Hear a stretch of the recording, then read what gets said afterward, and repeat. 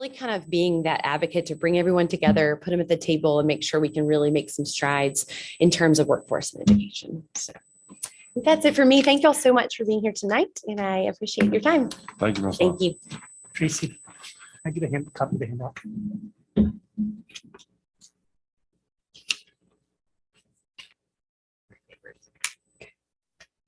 Thank you.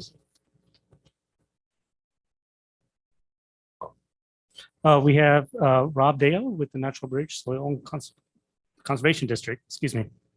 Yes, I'm Rob Dale with the Natural Bridge Soil and Water Conservation District. And the packet that we sent over to here has got a ton of information, and I'm not going to repeat it for you, but I just think it's kind of impressive that we've put $700,000 worth of conservation practices on the ground here in Rockbridge County this year. And other than that, we thank you for your consideration, and I'm done. Thank you, Mr. Dale. Rusty Ford with the Mountain Gateway Community College. Hi, folks. Ben Worth is going to do the talking. I'm just here to carry the flag. See, y'all don't have your big notebooks anymore. Hallelujah. Hello, I'm Ben Worth. I'm the academic vice president at Mountain Gateway Community College, joined by Rusty Ford, who's the chair of our local board. We are deeply appreciative of the long support we've received from Rockbridge County. That money supports our Rockbridge Regional Center, located over in Vista Links. It also supports our Roadrunner Promise program. That program continues to run strong. We're really excited by the funding we're able to provide our students to make access to our educational opportunities as affordable as ever. There is a lot going on at Mountain Gateway. We have a new name, but we have the same mission. There are a few items I'll share with you. We're in the process of submitting an application to create a lab school. You may have heard a lot about this. It comes out of our governor's office. The lab school we are designing would be an expansion of IT programming. We would expand that across all of our service area. We'd have opportunities for students to do advanced work in cybersecurity, cloud computing. They could do that work on our campus. They could also be able to do that work on their campus using the distance learning technology we now have in place to serve our students. So we're excited about having something flexible that every student across our service area can help with. We continue to work on and develop new programs. I'm excited to report of a really promising partnership with Virginia Western Community College to provide education and medical lab technologies. Med lab is all of that stuff that occurs behind the scenes in our hospital, growing area of the allied health market. Great opportunity for our students here in this region. The good work of Transfer Virginia continues. Transfer Virginia is making it easier and easier for our students to transfer from the community colleges to the four-year schools. I've been working closely with our high schools, Rockbridge County High School and all the high schools, Buena Vista, Perry McClure, all across our service area to make it easier for students to do dual enrollment so they can get core classes knocked out for those transfer students, making it easier to get to college. I used my daughter as one of those success stories. She was able to get her four-year degree in 3.5 years. And as a parent, writing those tuition checks, not having to write one that last semester was a wonderful thing. The proposal we have for you this year, again, is flat funding for what we received before. We do have a special request, and this is for the development of our workforce center in Buena Vista, and that's what the handout I gave you shows. We're very excited to get our workforce center off the ground. We are hoping to be in there this spring to begin renovations. We're still trying to close the gap on that. It's a $5.3 million project, and we have a little over $500,000 remaining to close that gap. So we have made a special request for $50,000 to assist with the renovations of the workforce center. This is a request using your ARPA, ARPA funds.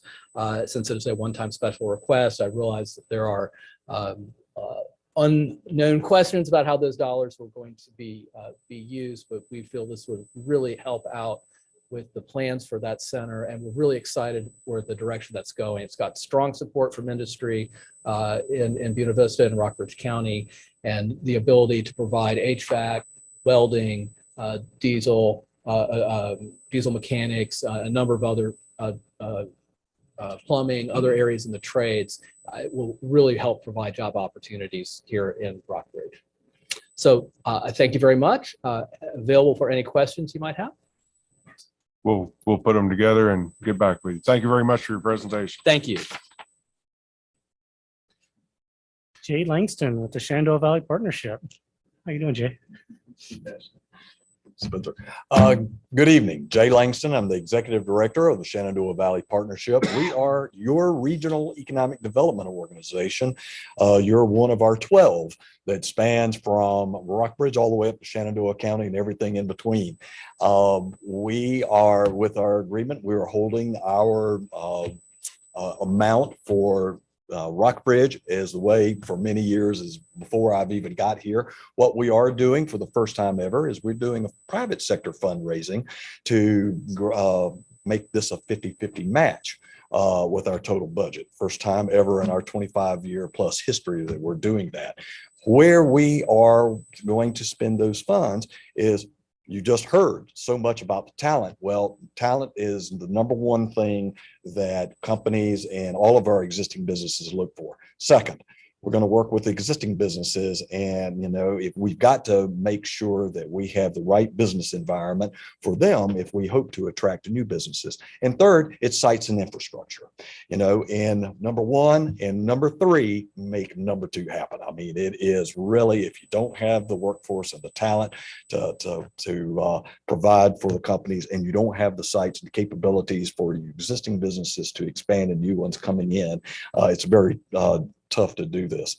I was also very fortunate this year to help Brandy Flint with the strategic plan for economic development. She asked me to chair the workforce portion of the strategic plan, and I look forward for that to be delivered very soon. And if I can be of any service or answer any questions at a later time, please feel free to let me know. Some of these people know me pretty well and know how to get to me, so I'd be happy to do that. So thank you for hearing this, and I appreciate what you do for your county. Thank you, Mr. Langston. Yes, we have Michelle Watkins, and she's representing two different agencies, the Rockbridge Area Transportation System and the Valley Area Stretcher Transport. Thank you very much. Good evening, Board. Michelle Watkins. I'm the Executive Director from both Rockbridge Area Transportation System and the newly formed Valley Area Stretcher Transport. I'd like to recognize our Board President from RATS here, Chris Cartwright. He's also the Vice President on the Board for Valley Area Stretcher Transport. We are here tonight, first and foremost, on behalf of Rockbridge Area Transportation System, asking for funding to provide our local matches as required through the Department of Rail and Public Transportation and FTA agreements for the vehicles that we will be receiving later this year. We have to provide a 20% match. The vehicles that we will be receiving are two 9-seat vehicle high tops. They can also transport two vans in a single transport, and those vehicles again are running at $80,000 each. We have to come up with $16,000 for each of those. As a nonprofit, that is definitely a lot of money to try to come up with in a quick turnaround time, and so any assistance that we are able to receive from the county will be greatly appreciated. One thing that I would like to point out, we just learned last Thursday, and do take a bit of pride in knowing that Rockbridge Area Transportation is one of only 3 transportation organizations in the United States awarded $75,000 last week from the National Center for Mobility Management. That funding is exclusively used for the development of a new information system, marketing of our transportation resources available. As a nonprofit, we've never had marketing funding before, so we're very excited about this. Also bringing in a mobility manager to help facilitate the development of an infrastructure, as Tracy was referencing earlier. In fact, the Chamber of Commerce is one of those, 11 organizations participating in the advisory committee for this new initiative, which is the Portable Area Community Table. where Lexington is able to host a weekly community table meal on Monday nights here in town. It's extremely difficult for rural community members to be able to have a vehicle to come into town, afford the fuel to come into town, any number of variables working against them. So we are now, as a collaborative community program, taking meals out into the different rural pockets of Rockbridge County. Once a week, we're going to go to a different location. We have tentatively 8 locations that we would be providing these meals and taking the food to one of those per week. So we are very excited and hoping to start those meals on March 1st in collaboration with the community table and with Carillion Health here in Rockbridge. It is definitely going to be a lot of collaborative work requiring the vehicles necessary to be able to go out and pick up people from their places of residence, taking them to these community tables, providing resources who can talk, instead of giving everybody a phone number and saying, here, call this number and they'll help you. It's really a matter of resources here in the community going out to those rural meals and talking with people in person. Not everybody has a phone, and or not everybody has a phone that works in the rural areas all the time. So it's a matter of getting resources out to the people. And by expanding the volume of vehicles that RATS has, we are able to bring more people into town and or take them to the various services where they need to go.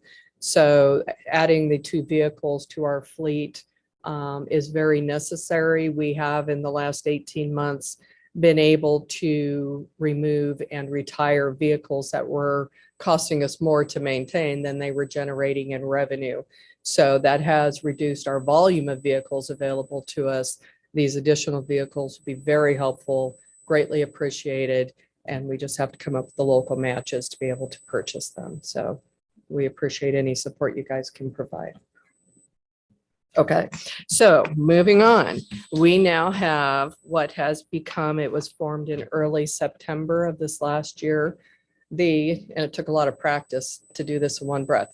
We are the first nonprofit paratransit non-emergent stretcher transport entity in the state of Virginia.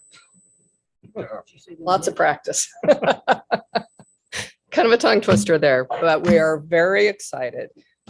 We learned, despite trial and error and trying everything else in the book, that the only way we would be able to provide non-emergent stretcher transport services in our area was to form a separate nonprofit.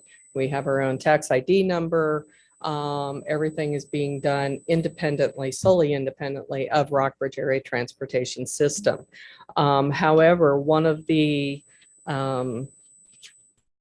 last year, Rockbridge County did a great job, and we greatly appreciated the $15,000 that you donated or granted to us to go towards the purchase of a stretcher van. That stretcher van still cost much more than the funding we were able to receive through grants and donations. Something else I'm a little excited about, in early September, the U.S. Senate Appropriations Committee approved an earmark of our ask for $75,000 to go towards that purchase of a stretcher van and related expenses. On December 21st of 2022, the U.S. Senate approved the ask. On, I believe it was December 23rd of 2022, the U.S. Congress approved it.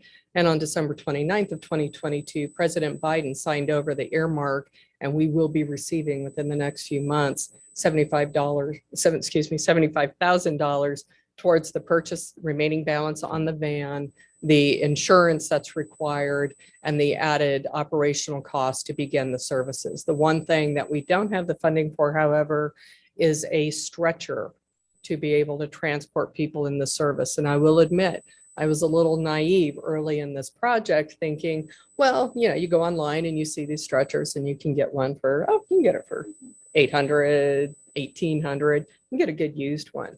Until I met with the fire department when our stretcher van came off the production line, and they said, well, that works if you're just going down a hallway. But coming out of hospice in and of itself, as an example, might be manageable until you get to their place of residence and all they have are steps. They don't have a ramp. The risks you run of injury to the patient who you're transporting on a stretcher, the risk of injury to the employees who are providing that transport are very high and can be very, very costly. And the need for a stretcher that can minimize the risk of harm to everybody involved in the transportation process is necessary. What we are asking for $16,900 is the purchase of a refurbished stretcher. Most of them start above $20,000 in cost. So we are simply asking for a used but refurbished stretcher to be used with Valley Area Stretcher Transport to be able to safely transport non-emergent patients from whether it be hospice, which will be our first population we'll be working with, people in hospice who need to go home. And we would be transporting them. They would not be receiving any medical assistance or intervention during the course of that treatment or transit to their place of residence. And then we'll be expanding to patients being discharged from hospitals who may need to go to rehab or to go home. Any location as such. Some of you may remember the situation with the founder of RATS almost 2 years ago, where because we were not able to transport her on a stretcher to an outpatient appointment, the state ultimately paid thousands of dollars for a private for-profit company in Kentucky to come over 3 hours each direction, pick her up, take her 2 hours each direction to UVA. That was thousands of dollars to taxpayers.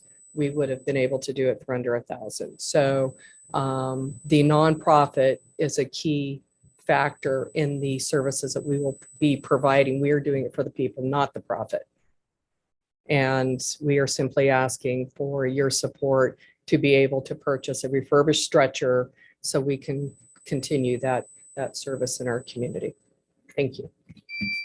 Thank you.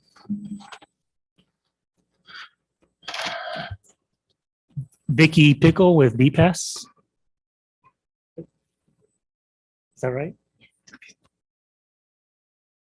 Hello. Thank Hello. you all for having me here, and thank you very much for your support. I'm Vicki Pickle. I'm the Regional Director for VPAS, Valley Program for Aging Services, and the Maury River Senior Services. So for our year that ended in September the 30th, we were able to provide 77 Rockbridge residents, which is an increase of 18%, with more than 9,500 home delivered meals. That coverage includes Goshen, South Buffalo, and Borden Grant. We provided 264 residents. That's an increase of 74%, with information, referral, and assistance in accessing other resources. 196 of our residents received free, personalized, and unbiased Medicare insurance counseling. And that is just a few of the more than 25 services that we provide to residents that are 60 and older in the Rockbridge area. The Valley Program for the Aging Services is requesting Rockbridge County appropriate $33,000 of its 24 fiscal year to support the services to county residents that are 60 years and older. The request is an increase of 10%. New programs that we are looking at providing, we are in the process of providing congregate meals and recreation program in Goshen, and that is a partnership with the Goshen Library. So as you see, we do have an increase in the county residents that we are providing our services to, and we only see that being more of an increase in the next year as our county residents start reaching the age of 60 and older. That's all I have. Thank you very much. Thank you, Ms. Pickle. Jan Fox with Blue Ridge Legal Services.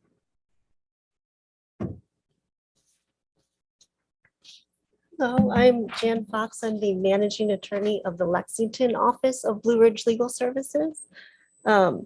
We are the nonprofit legal aid agency serving the Shenandoah Valley.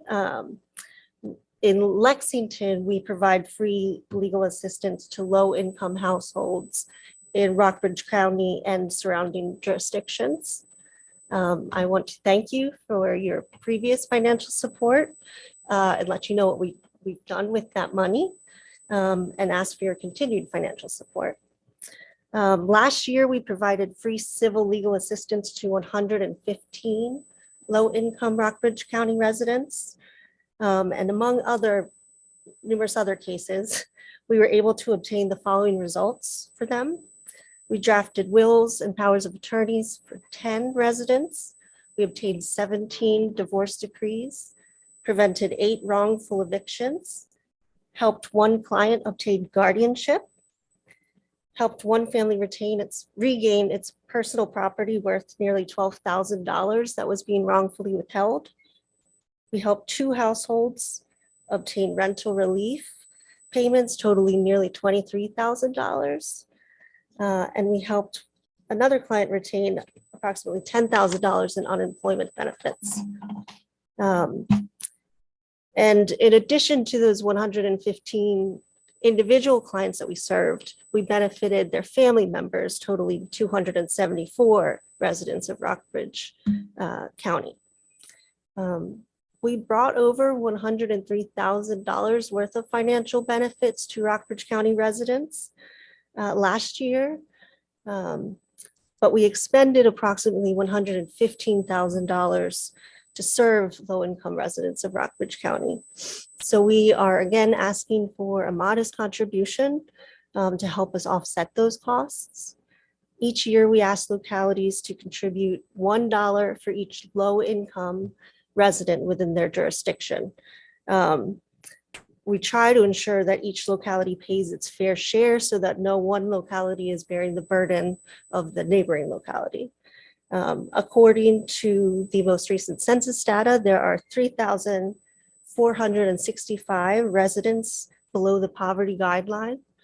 And as such, we are requesting $3,465 for the next fiscal year.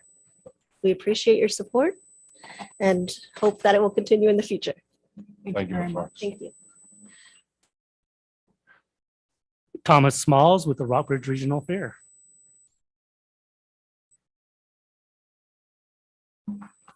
Good evening, members of the board. My name is Thomas Smalls, and I'm the chair representing the Rockbridge Regional Fair Board. I am here this evening to briefly show you all our sincerest gratitude and appreciation of your board for your continued support of the Rockbridge Regional Fair over the past several years. I've taken on the role as chair for the Rockbridge Regional Fair Board for 2023 season to help with its continued growth and success in the future. We have submitted our fiscal year 2024 funding with the hopes of the board's continued support. We have requested funding of $25,000 from you all, which will be paired with our fair sponsorships and donations to allow our fair budget to operate successfully. The county's contribution to the fair allows us to sustain year-round operations and marketing costs through the winter and the spring months until sponsorships are received typically in June. The board is working diligently to become a bigger part of the community as we support that we support and that we love, as well as growing our supporting volunteers and board members. We are working towards a bigger and brighter tomorrow, and without your support and the great community that we live in, it would not be possible. The 2023 Rockbridge Regional Fair and Expo will take place on September 7th through the 9th, 2023 at Locker Pavilion in Glasgow. Planning has begun, and if you or someone you know is interested in helping, please reach out to myself or anyone on the board, and we'll get you linked up. So please mark your calendars, and we can't wait to see everyone at the fair. And again, on behalf of the Rockbridge Regional Fair, I thank you all for your support. Sorry. Thank you. Mr. Harrison. Yes. For the fair, I noticed on there, the numbers were a little commingled on the electronic version. Can you sort that out and resend it to us? The one that you sent out today? It's on the board doc. Oh, no, the one that you sent one out right before the meeting. Oh, okay. I didn't look It's at right. it. Emily Cole with Boxerwood.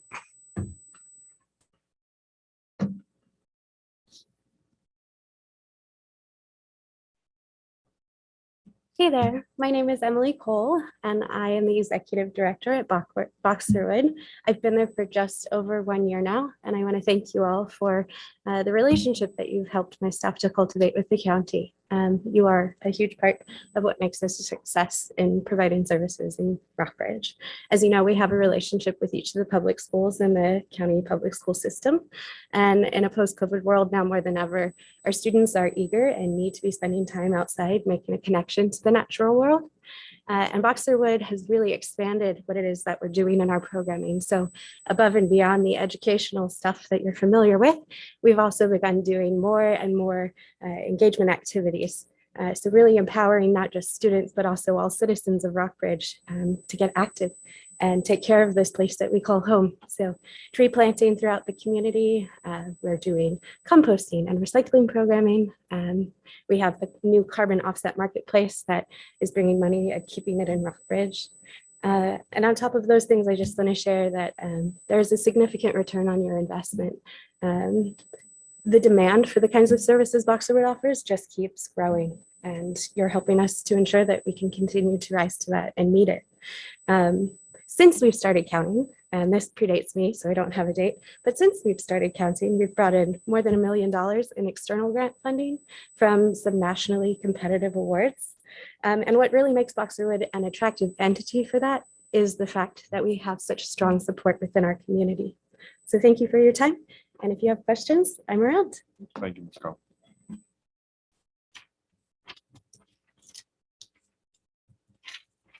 Lindsay Perez with RARA.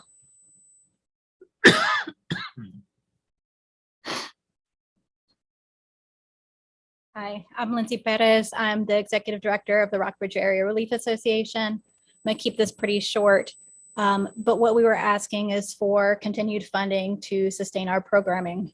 And so that goes directly to our neighborhood grocery, which until recently was better known as our food pantry, and then to provide utilities assistance and housing support through our helpline.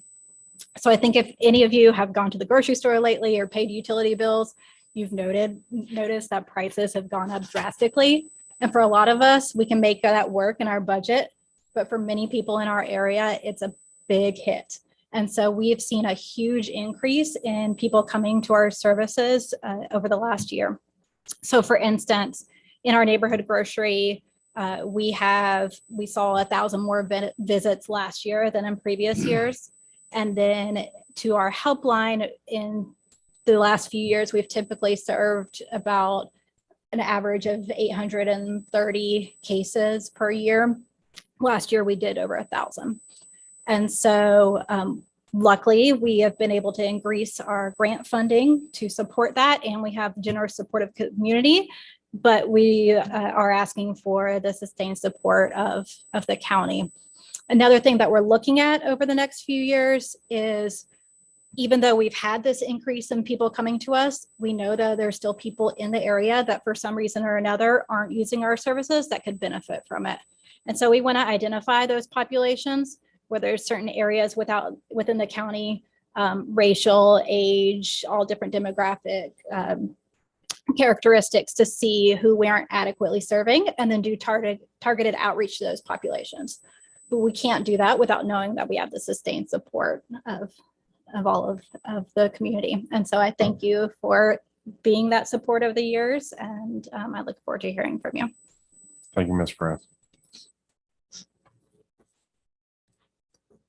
Joe Borzelica with the Rockbridge Aquatic Center.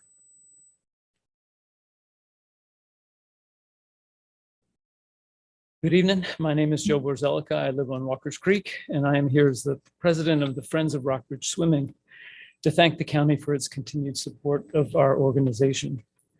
I learned how to swim as a kid, but hadn't been swimming for 50 years when one of my neighbors invited me to this pool, and I was hooked.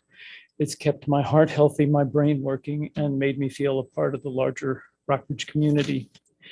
Many families looking to relocate to Rockbridge County for work or retirement want an indoor pool with programs for the whole family. We are visited regularly by realtors with prospective residents who are happy knowing that their swim needs can be met here. Every day, 120 to 160 people swim at the Rockbridge Aquatic Center, and like me, many of them travel from all corners of the county. Each week, we provide to the community 56 hours of lap swim, 16 hours of team swimming for our young people, 9 weekly water exercise classes serving about 135 participants, particularly popular with the older population as it's a lot easier on your joints. The Rockbridge Aquatic Center is home to the Rockbridge County High School swim team, who just brought home the gold and silver from district competitions, swimming against much larger schools, a bunch of great kids who continue to punch above their weight. Our other team, the Rockbridge Storm, is a club team affiliated with USA Swimming that offers instruction, training, and competition for well over 100 youth swimmers outside of school athletics. Drowning is the leading cause of death for children in the United States. We have made it our mission to ensure that every child in Rockbridge County can become water safe. Working with schools, childcare facilities, camps, and social services, last year alone, we taught 330 children swim lessons and water safety skills, regardless of ability to pay. In 2019, the board began raising money to renovate and improve our then 12-year-old facility. To date, this has paid for new non-slip floors in the bathrooms, replacement of the entire pool surface, a new air handling system, new controllers and pumps, new security doors, a generator, improved accessibility for our handicapped swimmers with a pool lift, and additions to our contingency capital and maintenance funds. In short, we, the members, have been good stewards of this wonderful resource.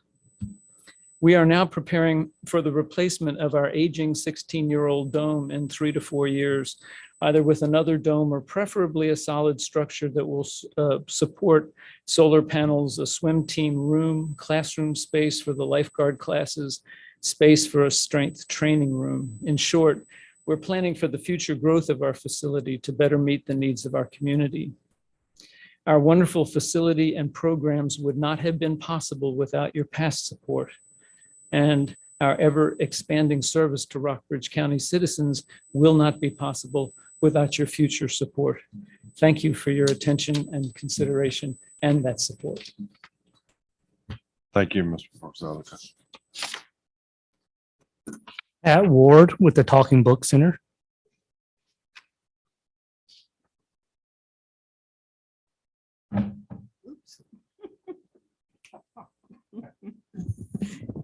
Thank you.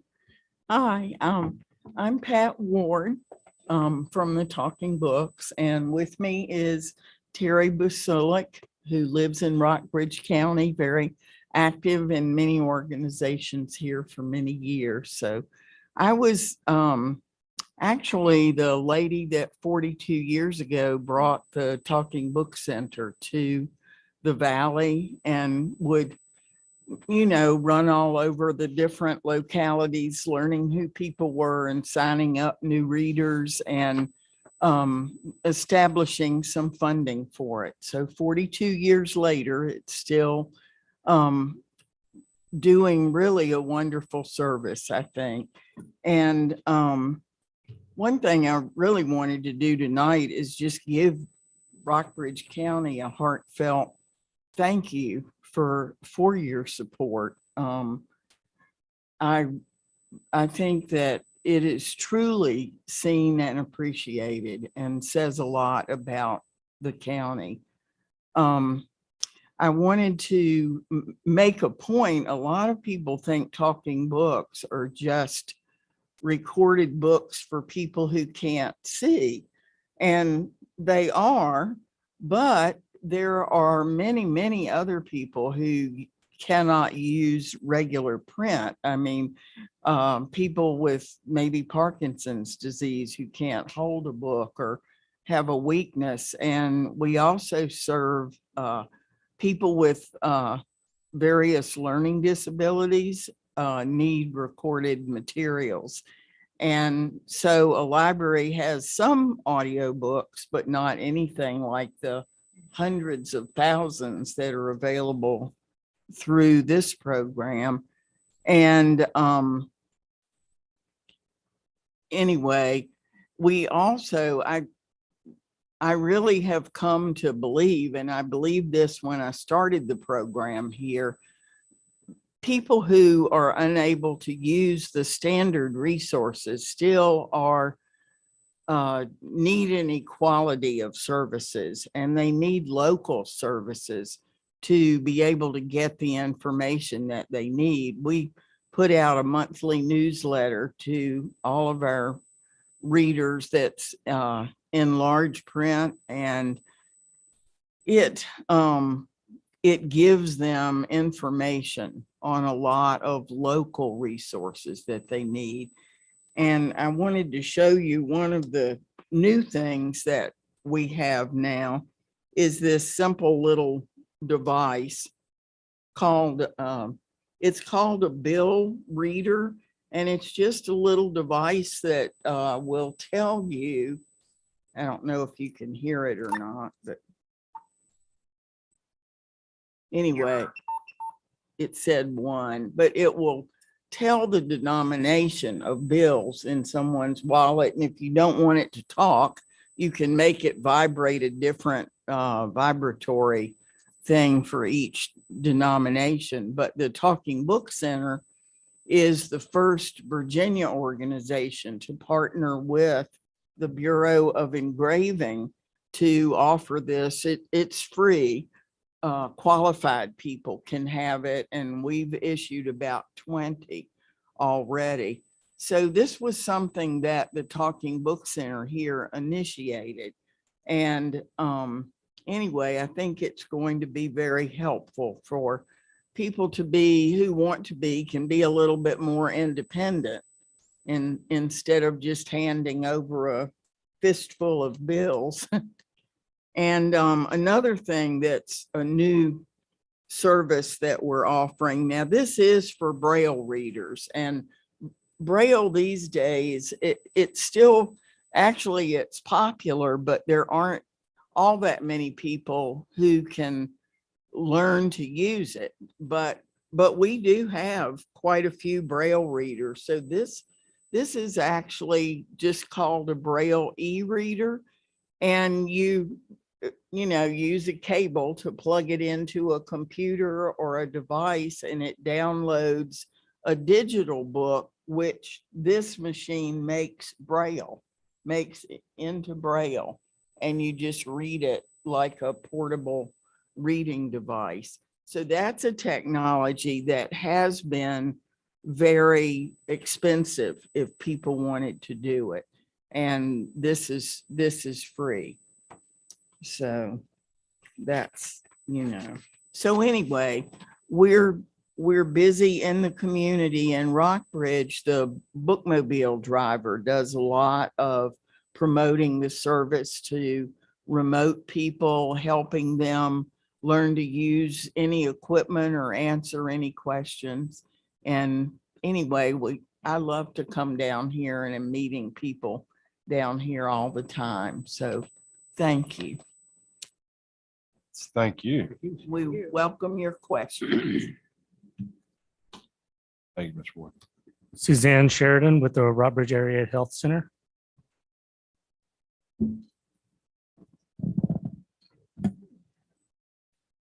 Hello, I'm Suzanne Sheridan. I'm with the Rockbridge Area Health Center. Thank you for your past support. We have also submitted a request for $50,000 for the coming fiscal year. Last year, we served 7,922 people, providing over 29,000 visits. Of that number, 4,291 were from residents of the county, and they received close to 20,000 visits. The services that we provide are wide-ranging, basic primary care, focusing on people that are low income, underinsured. We're looking forward this coming year to launching. We've accepted delivery on a mobile dental unit that's sitting in our parking lot right now. And sometime next month, we'll receive a and then working very closely with community organizations, the Rockbridge Baths Community Organization, Goshen are two that really stand out. They are very interested in having our units come and spend time in their communities. This will help, we believe, address issues of transportation that people have as they're trying to seek services. It's all pretty basic, really. Do you have any questions? Are there questions tonight? No? Yes? We're putting together a list of questions that we'll send to you after the meeting. All right.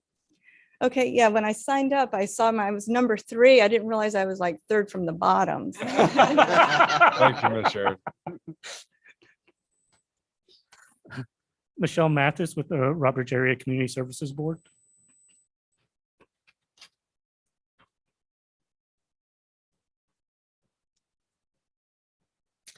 Good evening. As Ashton said, my name is Michelle Mathis.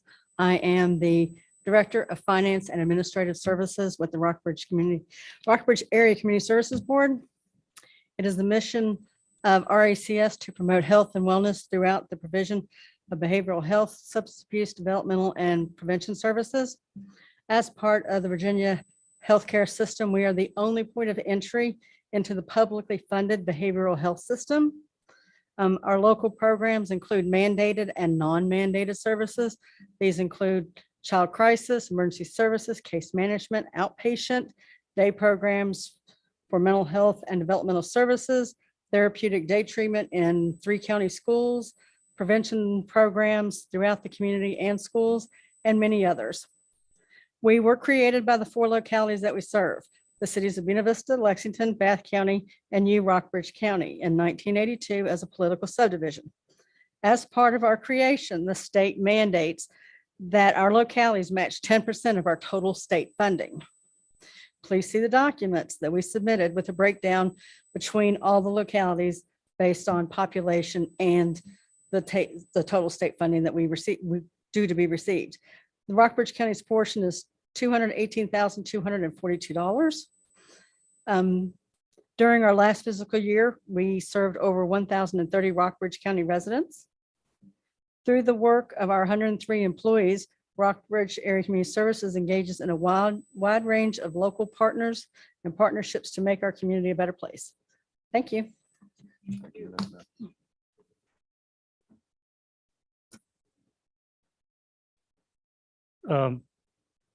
Tara Rodi, SPCA. Good evening. Thank you for the invite tonight. I'm Tara, the Executive Director with the Rockbridge SPCA. A little bit about our area shelter. We are staffed 7 days a week, open 6 days a week, have 9 employees, 6 full-time and 3 part-time. Last year, the shelter did have 4,899 visitors with 151 new volunteers that signed up to help us at the SPCA.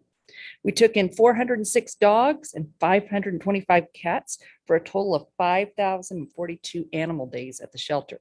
That's up 1,448 from last year.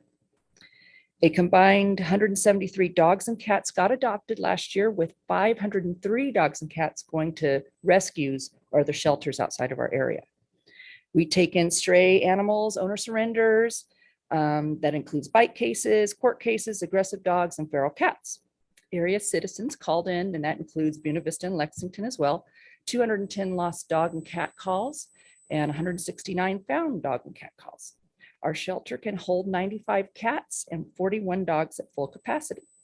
We do have set up Dr. Tracy Bell for our after-hour emergency vet services should a dog or cat get hit by a car, or sometimes there's motor vehicle accidents on the interstate. So we do have her in place for that. In 2022, our dog save rate is 97% and our cat is 95%. And I'm really proud of that. After 8 years, we're at 95% for cat save rate. We provide a monthly low-cost spay and neuter transport and got $19,000 in funding to help with people who need help spaying and neutering their dogs and cats. We also provide a pet food pantry that helps people feed their dogs and cats in hopes to keep them at their home. Some of our fundraisers and community service events are 2 rabies clinics we have, one in October and one in one in March and the one in October. We have a SPCA annual meeting with an auction. We have our animal adventure camp that sells out every year.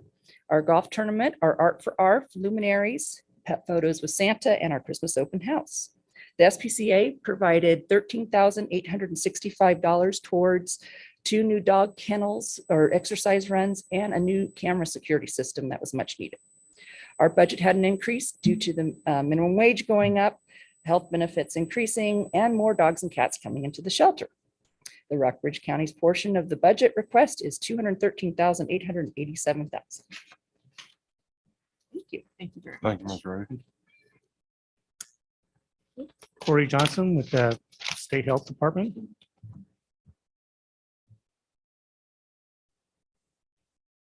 Good evening. I'll try to speed this along. I know we're in a hurry to get home. My name is Corey Johnson. I am the brand new district administrator for Central Shenandoah Health District, part of VDH, of course. We are located in Stanton, as you all know. We're responsible for 10 localities, Rockbridge being one. The mission of our agency is to protect the health and promote the well-being of all Virginians. In the interest of time, I would like to quickly provide some statistical data as it applies to Rockbridge County over the past year, then discuss the budget requests, and finally answer any questions you guys may have. We have offered 36 community vaccine clinics in Rockbridge. We have dispensed 979 vaccines at these clinics. We have distributed 49 COVID-19 care kits. 28.5% of our hotline calls come from Rockbridge County. We have issued free COVID-19 tests to local partners, including food pantries, clothes closets, and community health centers in this area. We conducted 6 community health events. We offer 13 retrieve training sessions, which is for the opioid crisis we're going through. Trained 593 laypersons for responding to the opioid crisis. We issued 570 boxes of naloxone throughout the district for the opioid crisis. Furthermore, we serviced 114 septic applications, 79 well applications, and inspected 159 alternate systems. We conducted 83 food service inspections. The districts wide, we've had 941 rabies exposures to our population, 79 reports for animals. From the entire district, all of Central Shenandoah, we've had 13 confirmed rabies incidents. 3 of them were here in Rockbridge, 1 raccoon, 1 fox, and 1 cat. In regards to the budget, this year's special session, the Virginia Assembly, the legislature requested a 5% pay raise to all Commonwealth employees. Salaries an increase to their benefit package to match the current inflation rates this year and next fiscal year. This request was signed and implemented by the governor. The basic formula, if you guys don't know, the basic formula we use for our cooperative budgets is as follows. We take the total operating expenses for the district for Rockingham County, for each locality. We subtract the projected revenue, which will give us our net budget. The net budget is then divided into state share, local share, and compliance with the JLOC percentages provided by the health commissioner, who gets that ratio directly from the Department of Revenue. And I believe you guys have the budget sheet up there. Do you need me to go over it, or you good? Okay. Just more or less, we are requesting $281,720 from the county. Central Shenandoah Health District will be responsible for the remainder, which would be $378,788. Thank you for your time. Is there any questions? Thanks. Thank you. Thank you very much. Thanks for coming. Mr. McDaniel, that's the last of those who are signed up. Okay. So anyone present who didn't have an opportunity to sign up, wishing to address the board? Okay.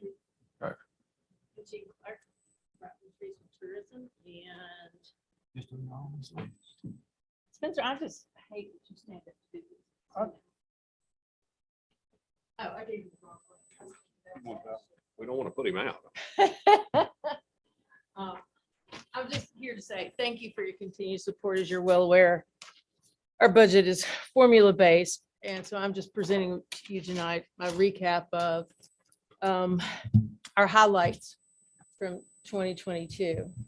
I know it's a long evening and the budget process is grueling, but y'all have got to feel great about the things you've heard tonight about people and the programs in the community that make us all who we are. So after you digest all this and you're still ready for more, you want something different to do, I'm just highlight a couple things coming up soon.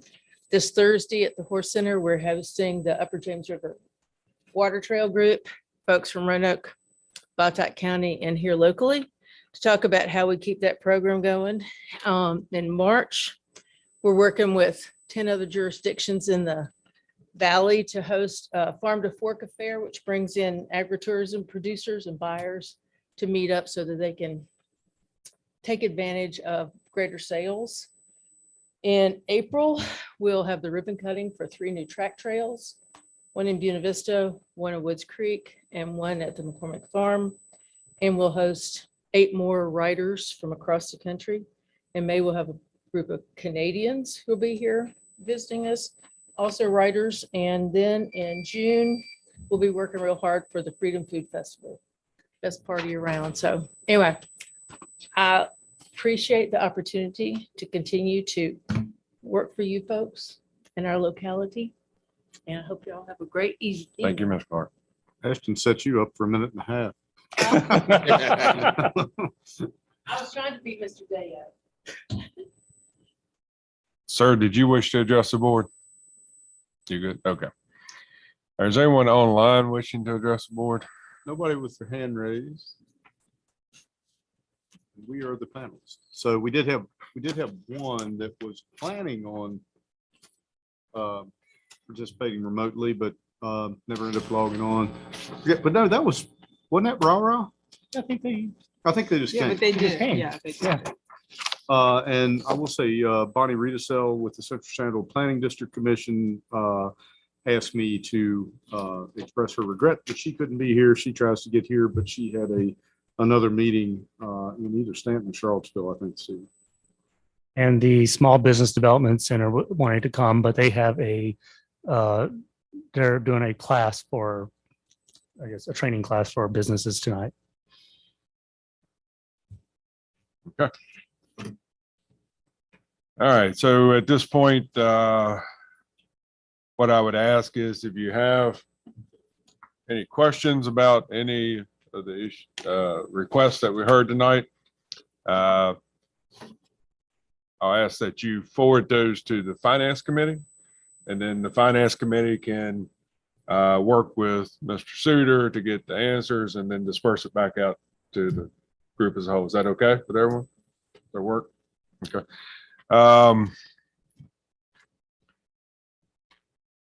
So this, well, I'm sorry, with any board member comments? Anybody have anything they want to bring up, discuss? Okay.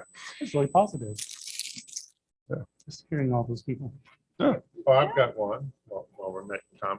I think it's time we look at our relief for the senior citizens. It's, I think Social Security benefits has finally increased where it's putting those that were close are going to go over and lose their relief because a little increase in Social Security and it will be a net loss. I don't know when the last time it's been looked at, but it hasn't been done during my time. I think I don't think many people qualify to begin with, and I think we need to keep up, the pace so that whatever it was 10 years ago, I think it's probably still is today. And that $50,000 10 years ago is not equal to $50,000 today. We just have practice where we follow the Social Security. Well, I don't know how to handle it, but I think we need to look at it.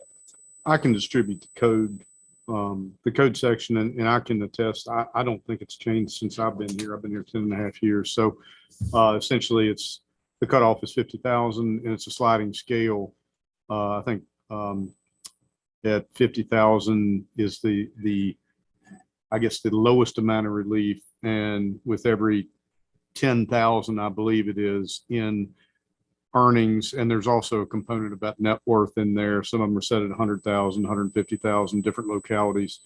The locality can, by state code from the General Assembly, set your rates. In other words, there's two components: your net worth and your annual earnings. And again, I'm jumping all over the place. At 50,000, that's the highest. And then I think it's 40, 30, 20. And the lower your annual income, the higher the relief. And I can get that information out to you. If you could disperse that information, to all of us, and then work through the finance committee on your budget. Bring it back to us at one of our meetings or whatever. Can you do that? All right, so at this point concludes budget meeting number 1.